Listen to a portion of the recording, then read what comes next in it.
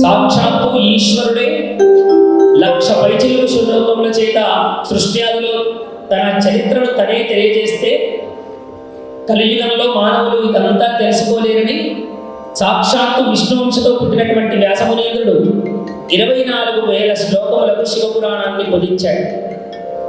అలాంటి శివపురాణాన్ని ప్రయాగ క్షేత్రంలో దీర్ఘ సత్రయాగం చేస్తున్నటువంటి శౌనకాది మహామునులందరూ ప్రయాగలో కూర్చొని యజ్ఞములు చేస్తూ ఉంటే అక్కడికి రోమహర్షుడు వచ్చాడు. సూత మహర్షి ఆయన అడిగారు, మహానుభావ, కలియుగంలో మానవులందరూ అనేక రకాలైనటువంటి కష్టాలను ఎదుర్కోబోతూ ఉన్నారు. అసలు చాతుర్వర్ణములలో ఉన్నటువంటి వారు ఎవరెవరు ఏ ఏ పనులు చేయాలనో అవి చేయకుండా కష్టములను కొని తెచ్చుకుంటూ ఉన్నారు.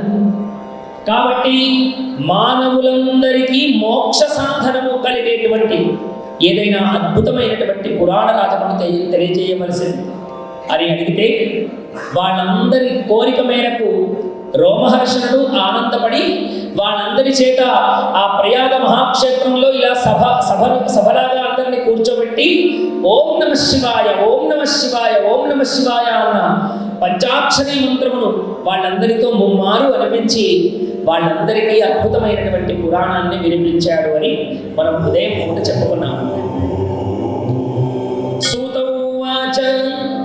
సూత మహర్షి చెబుతూ ఉన్నాడు శౌనకాది మహాములందరికీ, వేదాంత సార సర్వస్వం పురాణం శైవముత్తమం సర్వౌఘోద్ధారకం పరత్రం పరమార్థకం కలికల్మష విధ్వంసి యస్మిన్ శివయశః పరం విజృంభతే సదా విప్రశ్చతుర్వర్గ ఫలప్రదం తస్యాధ్యయన మాత్రేణ పురాణస్య ద్విజోత్తమాః సర్వోత్తమస్య శైవస్య తే యాస్యాంతి సుసద్గుతం తే యాంతాతి సుసద్గతిం. ఓ సాధువులారా, ఓ శౌనకాది మహామునులారా, ముల్లోకములకు హితములు కలిగించేటువంటి యుక్తమైనటువంటి ప్రశ్నను మీరు అడిగారయ్యా. నిజంగా మీరు అడిగినటువంటి ప్రశ్న మామూలు ప్రశ్న కాదు, లోకానికి హితం కలిగేటువంటి ప్రశ్నను మీరందరూ కూడా అడిగారు. కాబట్టి శివ పురాణమునందు ఏమైతే ఉపనిషత్ సారముగా చెప్పబడి ఉన్నదో, గాయత్రి మంత్రము వంటి అద్భుతమైనటువంటి శక్తిని కలిగి ఉన్నదో అలాంటి శివ మహాపురాణాన్ని నేను మీకు వినిపిస్తానయ్యా అని సూత బ్రహ్మ అద్భుతమైనటువంటి ఆసనాన్ని ఏర్పరచుకొని, ఓ శౌనకాది మహాములారా, ఎవరైతే ఈ పురాణాన్ని వింటారో వాళ్లకు ఉత్తమ గతులు కలుగుతాయనడంలో ఏమాత్రం అనుమానం లేదు. ఎందుకు అంటే శివం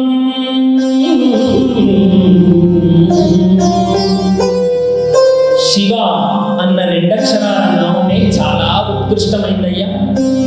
శివ అని అంటే శివం కరోతీతి శంకర అంటే శివ అంటే ఎప్పుడు మంగళప్రదుడు అని అర్థం. ఆయన ఎప్పుడు మంగళములు చేస్తూ ఉంటాడు కాబట్టి శంకరుడు. శంకరోతీతి శంకర అంటే ఎప్పుడు శుభములను కలిగించేటువంటి వాడు కాబట్టే శంకరుడు.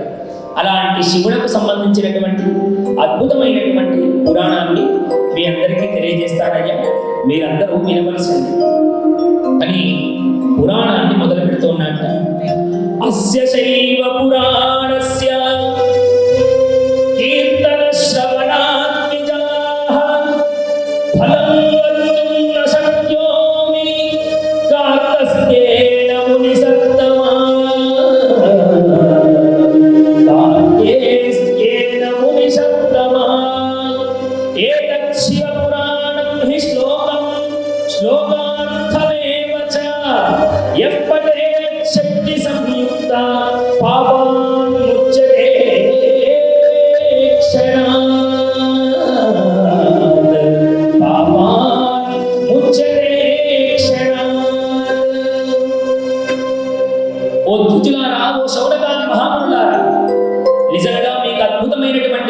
పురాణాన్ని చెబుతున్నానయ్యా వినండి. ఈ శివపురాణము చెప్పడం వలన, వినడం వలన లభించేటువంటి పుణ్యము ఇంత అంత అని నాకు చెప్పే శక్తి లేదయ్యా అన్నట్ట. చూడండి, శౌనకాది మహామునులతో సూతుడే అంటూ ఉన్నాడు, శివపురాణం వింటే ఎంత శక్తి కలుగుతుందో చెప్పే శక్తి నాకు లేదయ్యా అన్నాడు. అసలు ఈ పురాణం వింటే ఏమవుతుందో అది చెప్పే శక్తే నాకు లేదని సూతుడే అంటే, ఇక్కడ చెప్పడానికి కూర్చున్న నాకేం శక్తి ఉన్నది? అసలు పురాణం చెప్పగలిగే శక్తి ఉన్నదా? ఈశ్వరుడు పలికిస్తే పలకడం తప్ప. సూతుడు వాళ్ళతో చెబుతూ ఉన్నాడు, ఎంత పుణ్యం లభిస్తుందో బ్రహ్మాది దేవతలకే నవక్తుం చెప్పడానికి వీల్లేదయ్యా. అంతేకాదు, శివపురాణములోని ఒక శ్లోకమును గాని లేదా అందులో అర్ధభాగాన్ని గాని ఎవరైతే భక్తితో పఠిస్తారో ఆ వ్యక్తి క్షణకాలంలో అనేక పాపముల నుండి విముక్తుడవుతాడు. శివపురాణంలో శివ శివ శివ శివ శివ అన్న 2 అక్షరాలను మాటి మాటికి జపం చేస్తే అది మంగళమై మన అందరికీ మంగళములు కలిగిస్తుందట. కాబట్టి ఓ శౌనకాది మహామునులారా, ఏతత్ శివపురాణం యో నమస్కృర్యాత్ దూరతః సర్వదేవార్చన పదం సంప్రాప్నోతి న సంశయః. ఏతత్ శివపురాణం వై లిఖిత్వా పుస్తకం స్వయం యో దద్యాత్ శివభక్తేభ్యః తస్య పుణ్యఫలం శృణు. ఆదితేషు చ శాస్త్రేషు వేదేషు వా కృతేషు చ యత్ఫలం దుర్లభం లోకే తత్ఫలం తస్య సంభవే. ఏతత్ శివపురాణం హి చతుర్దశ్యాం ముపాసితః శివభక్త్యా సభాయాం యో వ్యాకరోతి న ఉత్తమః. ప్రత్యక్షం తు గాయత్రీ పునశ్చర్యా ఫలం లభేత్.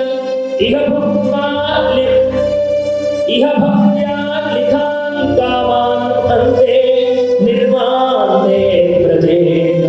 ఉపోసితాస్ చతుర్దశ్యాం రాత్రౌ జాగరణోన్వితః యః పఠేత్ శృణుయాత్మయాపి తస్య పుణ్యం వదామ్యహం. కురుక్షేత్రాది లిఖిల పుణ్యక్షేత్రేష్వనేకశః ఆత్మతుల్యధనం సూర్యగ్రహణే సర్వతోముఖే విప్రేభ్యో వ్యాసముఖేభ్యో దత్వా యత్ఫలం అశ్నుతే తత్ఫలం సంభవేత్. తస్య సత్యం సత్యం న సంశయః. సత్యం సత్యం న సంశయః. ఎంత అద్భుతమైన మాట తెలియజేస్తున్నాడు చూడండి. ఓ శౌనకాది మహామునులారా, ఎవరైతే ఈ శివపురాణం దగ్గరికి వచ్చి కేవలం ఆ పురాణానికి నమస్కరిస్తారో వాళ్లకు అఖండమైనటువంటి శివానుగ్రహం లభిస్తుందట. వారికి నంద్యాది దేవతల యొక్క అనుగ్రహం కూడా లభిస్తుందట. ఈ శివపురాణం ఎవరికైతే స్వయముగా ఎవరైతే రాసి బ్రాహ్మణులకు దానం చేస్తారో వాళ్లకు ఇహలోకంలో పరలోకంలో లభించినటువంటిది ఇంకేదీ లేదని తెలియజేస్తూ ఉన్నాడు. ఎవరైతే ఈ శివ మహాపురాణాన్ని చతుర్దశి నాడు, అంటే మనకు ప్రతి నెలలో 2 చతుర్దశులు వస్తాయి. పౌర్ణమి కంటే ముందొచ్చేటువంటి చతుర్దశి, అమావాస్య కంటే ముందొచ్చే చతుర్దశి. అంటే శుక్లపక్ష చతుర్దశి, కృష్ణపక్ష చతుర్దశి. చతుర్దశి నాడు ఎవరైతే ఉపవాసం చేసి శివభక్తులకు సభలో శివపురాణం ప్రవచనం చేయునో, ఎవరైతే ఈ శివపురాణమును చదువుతారో వింటారో అట్టి వారికి ఉత్తమమైనటువంటి గతులు లభిస్తాయి. పలికే ప్రతి అక్షరము కూడా గాయత్రి మంత్రముతో సమానమైనటువంటిదై ఉన్నదట ఈ శివ మహాపురాణం. గాయత్రి పునశ్చరణ చేసినటువంటి ఫలితము శివ మహాపురాణము అన్న పేరు వింటే చాలు మనందరికీ కలుగుతుందట. కాబట్టి ఓ మునులారా, కురుక్షేత్రాది నిఖిల పుణ్యతీర్థేశ్వరేకశః. శివ మహాపురాణం కనుక వింటే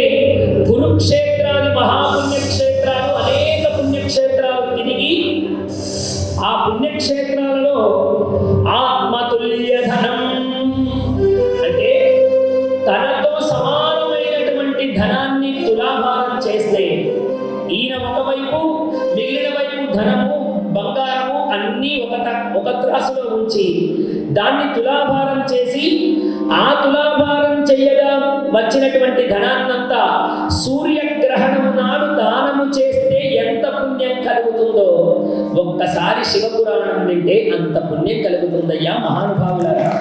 విప్రేభ్యో వ్యాసముఖ్యేభ్యో దత్వా యత్ఫలమశ్నుతే తత్ఫలం సంభవేత్ తస్య సత్యం సత్యం న సంశయః సత్యం సత్యం న సంశయః. కాబట్టి ఈ శివ మహాపురాణాన్ని ఎప్పుడైతే భక్తి ప్రవృత్తులతో వింటామో వ్యాసాది మహామునులకు ఉత్తమోత్తమ బ్రాహ్మణులకు ఈ శివపురాణం దానం చేసినటువంటి పుణ్య ఫలితాన్ని పొంది వాడు అంత్యకాలంలో కైలాసమును చేరుతాడు. సత్యం సత్యం న సంశయః. శివపురాణమే చెప్తూ ఉన్నది ఇది సత్యం అంటే మీరు నమ్మండి, న సంశయః మీకు సంశయములు అవసరం లేదు అని పరమాత్మ మనందరికీ తెలియజేస్తూ ఉన్నాడు. ఏతత్ శివపురాణం హి గాయతే యో అహర్నిశం అజ్ఞాం తస్య ప్రతీక్షేరన్ దేవః ఇంద్రపురోగమాః.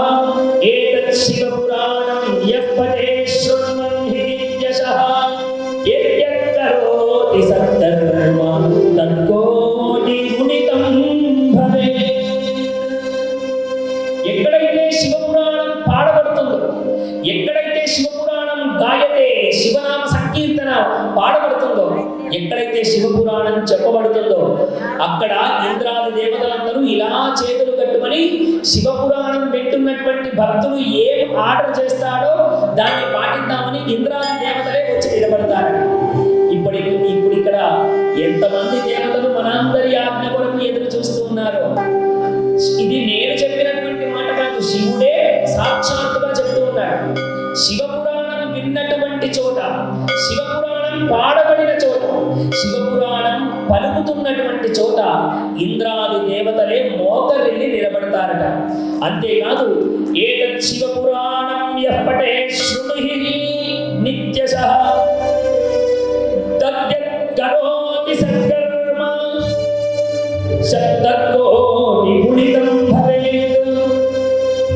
ఎక్కడైతే శివపురాణం చెప్పబడుతుందో, ఎక్కడైతే శివపురాణము వినబడుతుందో అలాంటి చోట మీరు చేసినటువంటి ఒక చిన్న దానమైన తత్కరోతి కర్మ, యస్య తత్కరోతి కర్మ అది దేనితో గుణించబడుతుంది అంటే తత్కోటి గుణితం భవేత్. మీరు 1 రూపాయి దానం ఇచ్చారనుకోండి, 1 ఇంటూ కోటి అవుతున్నది.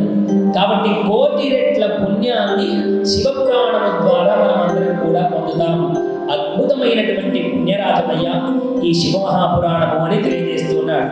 శివమహాపురాణాన్ని రాత్రింబవళ్ళు గానము చేయు వారి యొక్క ఆజ్ఞ కొరకు ఇంద్రాది దేవతలందరూ మోకరిల్లుతారయ్యా ఓ ఋషిగణాలారా అన్న మాటలను తెలియజేశాట. నిజంగా శివపురాణంలో ఉన్నటువంటి సంహితలను కనుక మనం ఒకసారి ఆలోచిస్తే, చెప్పుకున్నాం కదా ఇందులో ఉండేటువంటి చాప్టర్స్ ని సంహిత అన్న పేరుతో పిలుస్తారు. శివపురాణంలో కైలాస సంహిత అన్నటువంటి సంహితలో ఓంకారం యొక్క గొప్పతనం చెప్పబడిందని. అందుకనే శివమహాపురాణంలో అందులో ఉన్నటువంటి కైలాస సంహిత చాలా విశేషమైనటువంటి ఫలితాన్ని ఇస్తుందట వింటే. అంతేకాక రుద్ర సంహిత, కుమారఖండము, సతీఖండము ఇలా ఒక్కటేమిటి, ఒక్క శ్లోకాన్నైనా చాలు వింటే, కాదు ఒక్క అక్షరమైనా చాలు వింటే అది మనకు అఖండమైనటువంటి కీర్తిని, అంత్యకాలంలో శివ సాహిత్యాన్ని లభింపజేస్తుందట. హర నమః పార్వతీ పతయే